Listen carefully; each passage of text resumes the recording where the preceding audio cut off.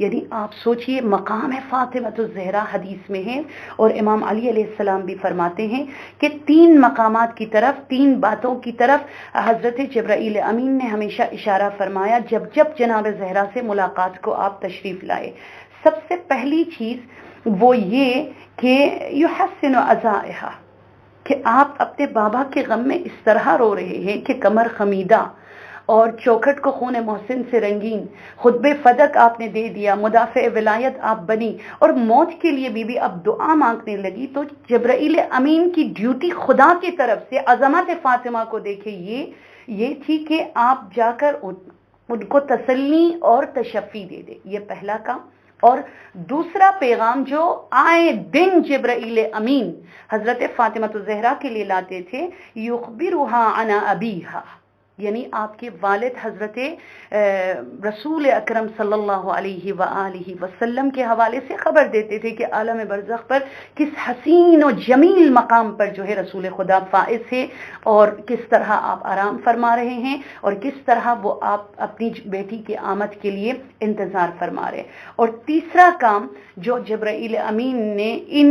75 یا 92 ڈیز میں بار بار آ کر تکرار کے ساتھ نازل ہو کر جناب سیدہ کو بیان فرمایا، وہ مطلب پیشن گوئی، وہ اخبار دینا،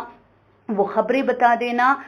امت پیمبر کے مستقبل کے حوالے سے، اور اسی طرح آپ کی اولاد کے حوالے سے۔ اے فاطمہ آپ کے حسن کے ساتھ کیا ہوگا، اے فاطمہ آپ کے حسین کے ساتھ کیا ہوگا، اے فاطمہ آپ کی بیٹی جناب زینب کے ساتھ آپ کے بات میں کیا ہونے جا رہے۔ یہ تمام تر مطالب حضرت جبرائیل امین رحلت رسول کے بعد جناب سیدہ سلام اللہ علیہا کو بیان فرماتے تھے۔ سب سے پہلے انہیں تسلی اور تشفی، اور سیکنڈ چیز رسول خدا کے حالات اور احوالات سے آگاہ فرماتے، اور تھرڈ خبر دیتے مستقبل اور امت کی آئندہ ہونے والے حوادث اور واقعات اور ائمہ طاہرین کے حوالے سے۔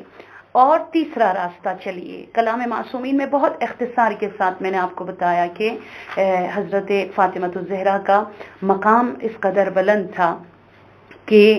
جبرائیل امین کے حوالے سے ائمہ طاہرین بیان فرما رہے ہیں، یا بہت سارے اور احادیث اور روایات ہیں جو شاید اس کم وقت میں ہم بیان نہیں کر سکتے، انشاءاللہ ہو سکے تو ہم PDF کی صورت میں بعد میں آپ لوگوں کو یہ دے دیں گے۔ تھرڈ چیز سنیے گا، منتقدین اور دشمنان کی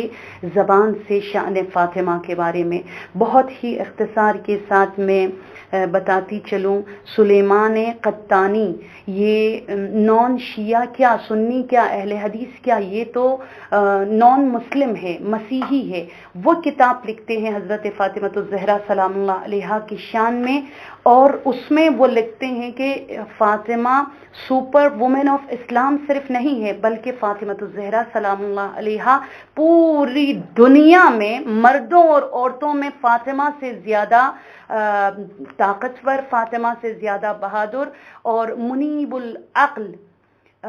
بہت خوبصورت جملے انہوں نے بیان کیا ہوا ہے حضرت فاطمہ الزہرا سلام اللہ علیہا کے حوالے سے۔ اور احمد خلیل جمعہ، یہ اہل سنت کے بہت بڑے دانشور ہے، بہت ساری کتابیں انہوں نے لکھی ہے، سیریا سے یہ تعلق رکھتے ہیں، وہ حضرت فاطمہ کی شان میں کتاب لکھتے ہیں، اور اس کتاب کے آغاز میں سنیے گا کیا لکھتے ہیں: لیتنی استطیع ان اکتب حیات بماء علی ورق الورد، یعنی کاش دنیا میں فاطمہ کے فضائل، ایک اہل سنت دانشور کہہ رہے، کاش دنیا میں فاطمہ کا حق کوئی ادا نہیں کر سکتا ہے، لیکن کاش دنیا میں فاطمہ کی شان میں کتاب اس طرح کے اوراق پر نہیں بلکہ مشک و عنبر سے پھولوں کے پتوں پر لکھا جاتا، کیونکہ فاطمہ کا مقام اس قدر بلند ہے کہ اوراق پر لکھنا شاید شان فاطمہ میں گستاخی ہو۔ بماء علی ورق الورد، یعنی وہ کہہ رہے کہ پھولوں کے پتوں پر ذکر فاطمہ لکھا جانا چاہیے۔ اور اس کے علاوہ بھی بہت سارے منتقدین اور نان شیعاز اور نان مسلم اسکالرز ہیں، انشاءاللہ کل کے کلاس میں ہم ان کی طرف جو ہے ضرور انشاءاللہ العزیز اشارہ کریں گے۔ مجھے اشارہ کیا جا رہا ہے کہ ٹائم ہمارا وقت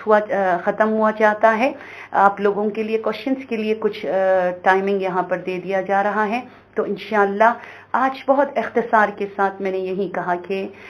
کسی بھی ہستی کو انٹروڈیوس کرنا ہے تو ہم 4 طریقوں سے کر سکتے ہیں، کلام وحی، کلام معصومین اور کلام منتقدین اور دشمنان، اور خود اس ہستی کا رفتار اور کردار جو ہمارا موضوع ہے، کہ وہ اصول، وہ پرنسپلز جن کو سیرت فاطمہ میں سے ہم لیں گے، ہم سمجھیں گے، اور ہم ڈیلی انشاءاللہ کچھ وہ اصول آپ کی خدمت میں بیان کریں گے، اور آیات اور روایات کے روشنی میں ان اصول کو کھول کر آپ کے سامنے رکھیں گے، جن کو اپناتے ہوئے ایک فاطمی، ایک نورانی، ایک بہت خوبصورت کامل سکسیسفل لائف گزارنے میں ہم اور ہماری اولاد اور ہمارے اطراف میں جو لوگ ہیں وہ کامیاب رہیں گے۔ آخری جملہ متبرکن کہنا چاہوں گی، فاطمہ کو رفتار اور کردار کے حوالے سے اگر پہچاننا ہے، جناب فاطمہ الزہرا سلام اللہ علیہا خود فرماتی ہے کہ حبب الی من دنیاکم ثلاث، مجھے 3 چیزیں تمہاری دنیا سے بہت پسند ہے، تلاوت القرآن، النظر فی وجہ رسول اللہ، انفاق۔ ٹھیک ہے، 3 چیزیں، قرآن کی تلاوت، رسول اکرم صلی اللہ علیہ وآلہ وسلم کے چہرے اقدس کا دیدار اور اس کی زیارت فرمانا، اور اللہ کے راہ میں انفاق فی سبیل اللہ، خدا کے راہ میں خیرات اور نذورات کا دینا۔ یہ 3 چیزیں جسے ہم مثلث فاطمی کہہ سکتے ہیں، کہ ہر حال میں یاد خدا سے غافل نہ رہنا، اور ہر حال میں نبوت کے دامن کو تھام کر امامت کے قریب ہونا، اور اپنے آپ کو امامت کے ایک ریئل بلیور اور صحیح معنوں میں ایک